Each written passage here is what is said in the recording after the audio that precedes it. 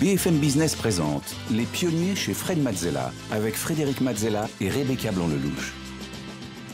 Au sommaire des pionniers cette semaine, le tête-à-tête pour commencer avec une pianiste de renommée internationale. Elle défriche et elle réhabilite des œuvres de musique classique que personne n'a jamais entendues avant, notamment de la musique classique haïtienne. Et elle accompagne également les plus jeunes dans leur découverte de la musique. Nous recevons Célimène Daudet. Et en deuxième partie, c'est le pitch avec deux entrepreneurs cette semaine. Aude Leroux, cofondatrice d'Art Transfert, la première plateforme de revente et d'échange d'œuvres d'art contemporain entre particuliers. Et puis Patrick Peters, CEO de Spark Clean Tech, une start-up spécialisée dans la production d'hydrogène décarboné. Et tout de suite, on commence par le tête-à-tête avec Célimène Daudet. Les pionniers chez Fred Mazzella, le tête-à-tête. Bienvenue dans le tête-à-tête. Aujourd'hui, je reçois Célimène Daudet. Bonjour Célimène. Bonjour Frédéric. Alors, tu es une pianiste classique et pionnière. Tu te produis partout dans le monde. Tu défriches et tu réhabilites des œuvres de musique classique que personne n'a jamais jouées auparavant, notamment celles qui proviennent d'Haïti. Tu as créé un festival de musique en Haïti, justement. Tu es à la croisée de deux cultures, puisque tu as une mère haïtienne et ton père est français, descendant d'ailleurs du fameux Alphonse Daudet, le fameux auteur de La chèvre de Monsieur Seguin. Alors, tu connais le principe de l'émission, on est là pour explorer tes émotions, tes ressentis, tes apprentissages, avec d'abord les grandes les grandes étapes de ton parcours, et puis ensuite, on plongera dans ton univers, dans tes passions, pour mieux comprendre comment tu fonctionnes, comment tu réfléchis. On va en savoir un petit peu plus, on veut savoir comment tu prends tes décisions dans ta vie, le tout agrémenté d'informations et d'illustrations visuelles et sonores par Rebecca qui viendra sur le plateau. Alors c'est parti pour ton parcours. Tu es né à Aix-en-Provence, d'une mère haïtienne et d'un père français, je le disais. À l'âge de 11 ans, tu commences le piano dans la classe de Michel Bourdoncle. Raconte-nous ton premier contact avec la musique. Alors mon tout premier contact avec la musique, c'était avant mes premières leçons de piano. C'était dans la voiture, avec mes parents, quand on partait en vacances. On écoutait toujours une cassette à l'époque, ça va donner une indication sur mon âge, une cassette audio, de Mozart. Et donc, moi, j'entendais ces musiques sur la route des vacances. Et la musique symbolisait pour moi le départ en vacances, en famille. Donc, c'était vraiment des moments joyeux. Et puis, j'ai demandé à faire du piano petit à petit parce que ça me plaisait. J'avais simplement envie de... Vous n'aviez pas de piano à la maison? On n'avait pas de piano à la ce maison moment-là. et personne n'est musicien dans ma famille. Donc, j'étais un peu la seule. Et on m'a inscrit à des cours de piano comme ça disons, pour occuper mon mercredi après-midi au départ. Comme plein d'enfants font tout un tas d'activités. Et moi, j'ai eu une espèce de coup de foudre absolu pour la musique et surtout l'instrument, le piano. Je me souviens encore que mon premier piano est arrivé chez moi et qu'il trônait dans le salon. Là, Un piano droit au début. C'était un piano droit, mais quand on est enfant, c'est déjà Oui. une énorme, C'était plus grand que toi. un énorme animal. Et je le bichonnais. Quand je rentrais de l'école, je courais tout de suite voir mon piano, jouer les morceaux que j'apprenais. Enfin, ça a été une espèce de révélation immédiate. Le piano est arrivé en même temps que les premiers cours. Voilà, le piano est arrivé en même temps que les premiers cours. Et donc, c'est tout un univers que je découvrais, tout d'un coup, celui de la musique classique. Et j'ai tout de suite senti que c'était une sorte d'espace qui s'ouvrait à moi. Et puis, c'était comme mon univers, en fait. Puisque personne n'était musicien à la maison. Finalement, j'avais mon univers La à moi. musique, c'était à toi. Voilà, c'était mon pour toi. royaume. Alors, si on va un petit peu plus loin, tu obtiens ton bac, tu es admise en prépa à Louis-le-Grand, donc c'est quand même pas rien, pour y faire une hypocagne. Et là, tu Et là, décides je m'en vais. de Je refuser, démissionne. de ne pas le faire. Oui, c'est vrai. Alors, j'étais passionnée par la philosophie, l'histoire. Enfin, je m'intéressais à plein d'autres choses en fait que la musique. Donc, j'ai quand même un peu hésité à faire cette prépa. Et puis, j'ai eu une espèce de sentiment très très fort que ma voix c'était la musique. Et donc, je savais que la musique impliquait énormément de travail, bien entendu, et de se dévouer complètement, de se dédier complètement à son instrument. Donc, j'ai renoncé à cette prépa avant même la rentrée. En fait, j'ai réfléchi pendant tout l'été et je me suis dit, ma vie ce sera la musique. Et c'était assez difficile comme décision parce que j'avais pas d'exemple chez moi de gens qui avaient suivi ce parcours. Et je savais quand même que c'était une voie beaucoup plus aléatoire et peut-être beaucoup plus risquée que de suivre une voie générale assez brillante qui plus est. Donc, je me suis jetée à l'eau en quelque sorte et j'ai jamais regretté. Alors, tu t'es jeté à l'eau et c'est le début de ta carrière que Rebecca va nous présenter. Il Vous êtes diplômé d'un premier prix de piano et du certificat d'aptitude, puis au Conservatoire national supérieur de musique et de danse de Paris en musique de chambre dans la classe du violoniste Jean Moulière. Vous serez ensuite artiste en résidence Centre des Arts Banff au Canada. Vous vous produisez sur de nombreuses scènes prestigieuses dans le monde entier, dont le Carnegie Hall de New York ou encore la Philharmonie de Paris, mais aussi en Israël, au Liban, au Brésil et j'en passe. On vous entend aussi sur la scène de grands festivals français, puis régulièrement à la radio. Vous avez enregistré de nombreux disques, bien sûr, puis en 2017, vous initiez le Haïti Piano Project, qui a permis de faire venir un piano de concert en Haïti et d'y créer le premier festival annuel de musique classique. Vous êtes lauréate de plusieurs concours internationaux, dont le prix international Pro Musicis, et vous recevez même la médaille du Sénat en 2019. Alors, le Haïti Piano Project qui m'intéresse, Ah oui, parlons-en. alors ça, c'est une Comment aventure tu as eu incroyable. l'idée? Comment tu l'as lancée? Alors, moi, ça faisait plusieurs années que ça me travaillait, le fait d'aller, de me rapprocher de cette culture haïtienne qui est celle de ma mère. Et je me suis dit: «Qu'est-ce que je peux bien faire en Haïti? Qu'est-ce que je peux apporter, à ma mesure, en tout cas dans ce pays?» Et je me suis dit que je voulais contribuer à la vie culturelle, du pays, qui est déjà très riche par ailleurs, mais il n'existait pas de festival de musique classique. Et j'ai décidé de me lancer, de créer un festival. Et pour cela, il fallait faire venir un piano de concert, puisqu'il n'y avait plus de piano de concert, de belle qualité en tout cas. Donc j'ai lancé ce projet qui était un peu fou en fait. Beaucoup de gens n'y croyaient pas. Au départ, les gens me disaient: «Mais t'es complètement dingue, Haïti c'est un pays, on peut pas mettre les pieds, c'est dangereux, ça n'intéressera Il y a eu le tremblement de personne». terre Il aussi, y a eu le évidemment. tremblement de terre, et cetera. C'est un pays qui a besoin de tout, mais la musique, qu'est-ce que ça vient faire là-dedans? Bon, et moi j'avais quand même cette intuition que la musique, en tout cas la musique que j'aime moi, la musique classique, mais toute musique, c'est vraiment plus fort que juste un divertissement. C'est quelque chose qui rassemble les gens, qui leur permet évidemment de s'évader, mais de se retrouver. Et il y avait des choses comme ça fondamentales pour moi qui me paraissaient évidentes et que je voulais absolument créer en Haïti. Ici, on voit un piano peint. Ouais. C'est celui-là ou Alors, c'en est un autre? non, Celui-là, alors c'en est un autre, celui-ci, hein? non, c'en est un autre. Celui-ci, justement, c'est un piano qui a été détruit dans le tremblement de terre. Donc là, on voit pas l'intérieur, mais l'intérieur est complètement démoli. Et c'est un Pleyel, d'ailleurs, un piano français début XXe siècle. Et lors du festival, on a décidé de s'associer avec un peintre haïtien et de lui demander de faire revivre ce piano d'une autre manière. Donc c'est pas un piano pour être joué, mais c'est un piano qui a été retravaillé par ce peintre. Et j'ai adoré faire ça Couleur parce que locale. couleur Oui, locale, superbe. voilà, peinture naïve haïtienne. Alors, au fil des années, tu te rapproches encore de tes origines haïtiennes et en 2021, tu sors ton album Haïti, mon amour, dans lequel tu réhabilites des œuvres probablement jouées au XXe siècle à Haïti avec des sonorités jamais entendues auparavant en Europe. On va écouter un court extrait de l'album Haïti, mon amour.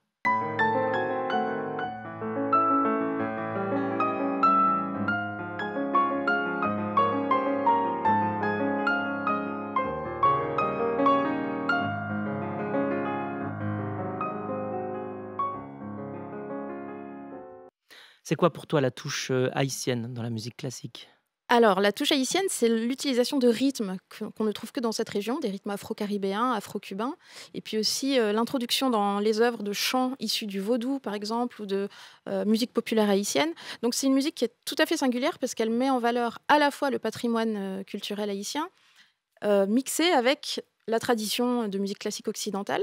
Et ce qui m'a intéressée dans ces musiques, c'est de montrer ce que peuvent donner les rencontres, en fait. C'est ça, à mon avis, la clé de la création, c'est les rencontres. Donc là, c'est la rencontre entre un univers caribéen et un univers européen. Et ça crée une musique tout à fait singulière, d'abord très poétique, très expressive, mais aussi qui porte un récit, qui raconte l'histoire de tout un pays et de tout un peuple. Alors maintenant qu'on connaît mieux ton parcours, eh bien on va explorer tes passions et tes engagements au travers de la musique. Séquence passion. Ton monde à toi, c'est la musique. Tu t'es produite dans les salles de spectacle les plus prestigieuses du monde, comme le Carnegie Hall à New York. Tu partages également ta passion avec tout le monde, notamment les plus petits. Et je laisse Rebecca nous en dire plus. Avec France Musique et France Télé, vous avez composé la Phonothèque, une série pédagogique pour donner goût aux enfants à la musique classique. Vous y mettez en musique les animaux et cherchez des œuvres qui parlent des animaux. Elle comprend plusieurs degrés de lecture en fonction de l'âge auquel on écoute cette phonothèque, mais c'est à destination des enfants et des adultes également. On écoute un petit extrait. Un coup, il est ici, l'autre là, il virevolte dans tous les sens, sans logique évidente. Il peut nous rendre fous. Eh bien, le bourdon du compositeur russe Nikolaï Rimsky-Korsakov, c'est pareil.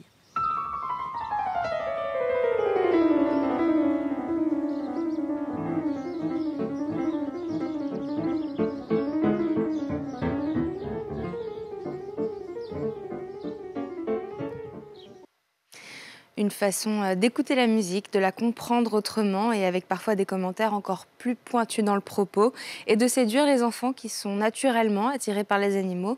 Et les animaux, eux, ont toujours été des sources d'inspiration inépuisables pour tous les compositeurs. Alors pourquoi la phonothèque? À quel moment tu t'es dit Alors, la c'est une phonothèque, bonne idée? on a réalisé ce projet avec les équipes de France Télé et France Musique juste après le premier confinement. Donc, c'était quand même assez extraordinaire d'abord de tourner ce projet parce que ça se tournait dans la nature, au contact des animaux, alors qu'on avait été privés pendant des mois d'air extérieur. Et en fait, c'est un projet qui me tient très à cœur parce que ça permet d'ouvrir tout de suite les oreilles des plus jeunes et peut-être d'initier certains enfants à la musique classique. Et comme le disait justement Rebecca, l'idée, c'est de mettre en scène des animaux. Donc, si vous regardez ce programme qu'on peut trouver sur Internet, sur YouTube facilement, vous verrez que tous les animaux sont mis en scène, que je m'adresse directement aux animaux et que je raconte une histoire autour de ces animaux, puisque la musique vraiment se sert de ces animaux. Les compositeurs ont toujours utilisé ces animaux dans leurs œuvres. Il y a le vol du bourdon, donc de Rimsky-Korsakov, mais aussi la poule de Rameau, enfin tout un tas de grands compositeurs qui sont représentés. Et je trouve que c'est un projet qui permet en fait d'aller chercher des jeunes spectateurs qui seront peut-être les spectateurs de demain. Et j'ai d'ailleurs eu l'occasion il n'y a pas très longtemps, lors d'un concert, de retrouver une petite fille que je ne connaissais pas, mais qui avait suivi tous les épisodes de la Phonothèque et qui maintenant, à l'âge de 7-8 ans, vient au concert, un vrai concert. Ça lui a donné le goût de la musique. Elle s'est dit que tu passais près de chez elle et qu'il fallait Ouais, absolument qu'elle vienne te voir. exactement. Et je trouve ça, là, c'est pari gagné à ce moment-là. C'est marrant parce que c'est une démarche d'ouverture un petit peu. Ça me rappelle, tu sais, toute la collection qui avait été lancée par Sony. J'aime pas le classique, mais ça, j'aime bien. Mm. Dont le but est vraiment de montrer qu'en fait, le classique, on aime bien. Ouais. Et que justement, ça ouvre. Et donc là, tu vas chercher les plus jeunes. Donc c'est encore plus impactant. Alors, tu joues beaucoup sur les concepts de filiation et de juxtaposition. Par exemple, en mettant en regard les travaux justement de Chopin et de Lamotte, le compositeur haïtien, dont on va écouter également un extrait.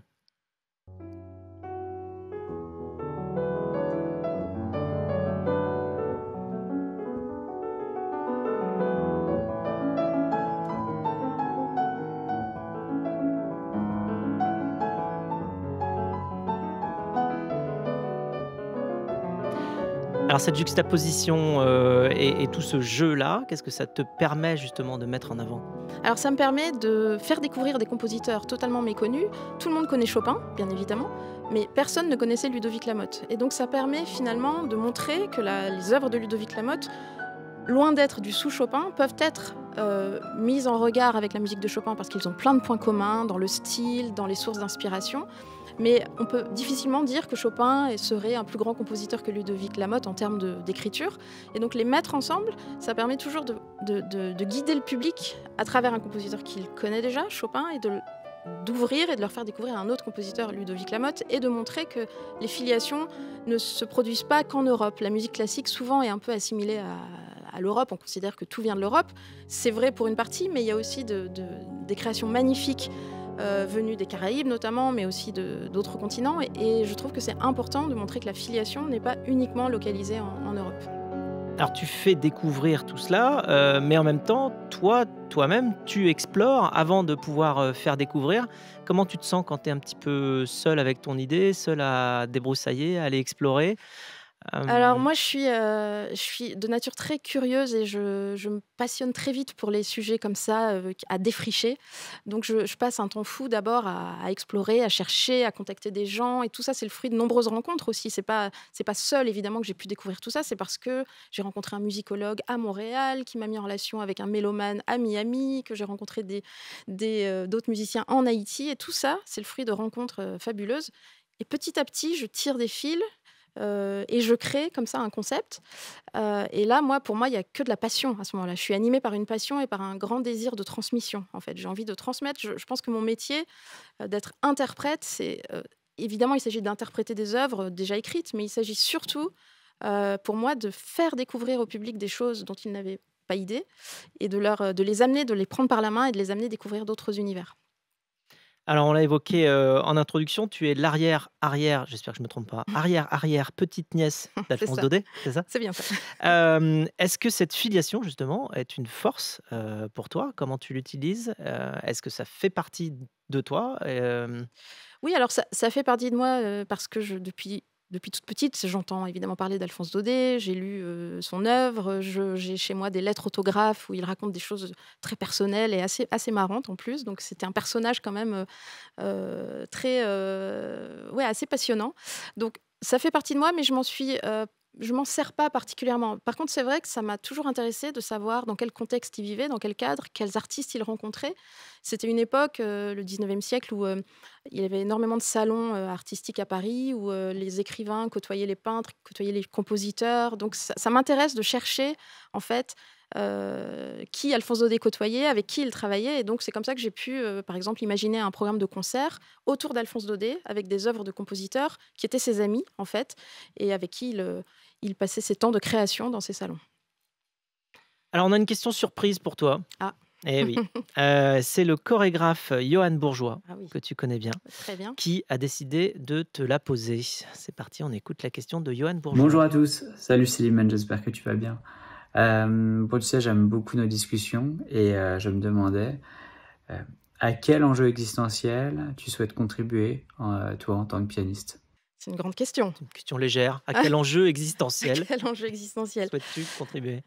Eh bien, je dirais que, alors je ne sais pas si c'est un enjeu existentiel, mais quand même, je souhaite contribuer au rassemblement des êtres. Finalement, surtout dans le monde actuel où on voit bien les divisions qui règnent et la manière dont les gens ont tendance à se replier sur eux-mêmes et sur leur communauté, etc. Je trouve que la musique est en tout cas un vecteur de rassemblement par-delà les cultures, par-delà les croyances, par-delà voilà, les goûts. Ça permet aux gens de se rassembler et d'être comme en communion ensemble. Le rassemblement des êtres. Merci beaucoup, Célimène. C'est évidemment une belle maxime. Il est l'heure pour nous de passer à la séquence suivante.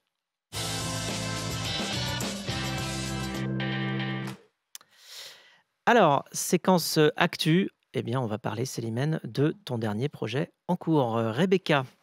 C'est un projet sur le répertoire haïtien avec le photographe de presse Corentin Follen, un concert en images qui montre Haïti, le pays de votre maman. Votre objectif étant aussi de démontrer qu'Haïti, ce n'est pas que le tremblement de terre et la misère. Ça l'est et ça fait partie de son histoire, mais c'est aussi autre chose. Et c'est aussi pour vous une autre manière encore de faire de la musique. Par ailleurs, vous avez également un projet de concerto qui raconte une cérémonie de vaudou pour la saison 2024-2025. Et plus globalement, vous souhaitez continuer à faire ce que vous savez faire à votre manière, c'est-à-dire aller chercher dans d'autres pays des compositeurs classiques, des musiques métissées et exploiter ces rythmes de danse qui sont différents d'un pays à l'autre et d'une mélodie à une autre. Merci, Rebecca. Tout un programme. Alors, tu vas explorer la musique vaudou avec un piano. Ah Est-ce que, oui, alors c'est un est-ce que projet. tu peux nous Ouais, ouais. expliquer Alors, comment ça marche? c'est un projet que j'ai déjà concrétisé à Paris en avril dernier, mais qui va s'élargir au cours de la saison prochaine. Donc, comment ça marche? Là, c'est une œuvre écrite par une compositrice qui s'appelle Carmen Brouard et qui a décidé d'utiliser le piano et l'orchestre pour dépeindre toute une cérémonie vaudou avec des sonorités de tambours, Il y a des séquences dans il y a une des cérémonie séquences, vaudou. voilà, il y Ça a se des déroule séquences. comment? Donc ça se déroule, ça commence en début de soirée, ça se termine au petit matin avec une évolution, des moments de transe, des moments de danse, des moments où apparaissent les prêtresses vaudou. Enfin, voilà, tous les moments sont comme ça décrits. C'est un peu ce qu'on peut appeler une musique à programme, voilà, qui décrit tout un programme au fur et à mesure de son évolution. Et alors, c'est assez sidérant parce qu'on entend dans cette musique tous ces épisodes qui se succèdent. Et là, je trouve que c'est la force de la musique, c'est de pouvoir nous donner à imaginer ce que pourrait être une cérémonie vaudou, même si on n'y a jamais assisté. Donc, c'est une musique assez forte qui prend aux tripes quand même et qui raconte un Et donc, ça épisode. dure combien Ça dure une d'heures? trentaine de minutes, non? Ça dure 30 minutes. L'œuvre dure 30 minutes. Chaque séquence étant de quelques minutes et permet en fait de se figurer à quel moment de la cérémonie on se trouve.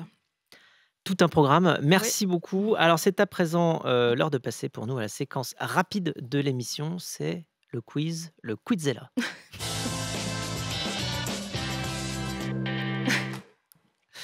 Séquence Quizella maintenant. Alors les règles sont très simples. Je pose des questions et tu y réponds le plus rapidement possible. Ça va vite. Il y a un chrono? Non, il n'y a pas de chrono, mais c'est tout comme. D'accord. Alors, on est parti. Top. Ton compositeur favori? Bach. Le morceau ou la chanson que tu as honte d'adorer? Ah, j'ai pas honte, j'aime beaucoup de choses et j'ai honte de rien. Alors là, je peux pas répondre, j'ai honte de rien. J'assume tout ce que j'écoute. D'accord. Donc il y en a un ou pas? Non. Non, tout. Non, tout. D'accord. Le morceau que tout le monde devrait écouter au moins une fois dans sa vie? Ah, je dirais Le Voyage d'hiver de Schubert. Ta salle de concert préférée? Allez, la Philharmonie de Paris. Si tu devais avoir un dîner avec 3 compositeurs morts ou vivants, lesquels seraient-ils? Eh bien, Bach, Schubert, Debussy. Si tu n'étais pas devenu pianiste, quelle carrière aurais-tu envisagé? Je pense que j'aurais écrit des livres. Quel conseil donnerais-tu à ton jeune toi qui commence tout juste à jouer du piano? Eh bien, je me dirais, n'aie pas peur des échecs ni des obstacles. C'est grâce à eux que tu grandiras et que tu pourras aller beaucoup plus loin. Ton petit rituel avant de monter sur scène? Je fais une petite méditation. Plutôt vol du bourdon, la poule ou le petit âne blanc? La poule. Quel est le meilleur conseil qu'on t'ait jamais donné? Probablement de ne pas chercher un résultat, mais de plutôt aimer le chemin. Quel est ton plus grand rêve aujourd'hui? Ah, mon plus grand rêve. Ah, c'est un rêve pas du tout musical en fait. J'aimerais bien que Thomas Pesquet m'emmène avec lui dans un de ses vols dans l'espace. Ah bah on va voir si avec les pionniers on peut faire quelque chose pour toi. Et pour finir, si les 8 milliards d'êtres humains nous écoutaient aujourd'hui, ce qui est pas loin d'être le cas, qu'est-ce que tu aurais envie de leur dire? J'aurais peut-être envie de leur dire de se tendre la main, d'ouvrir les oreilles vers les autres et vers ce qui ne leur ressemble pas.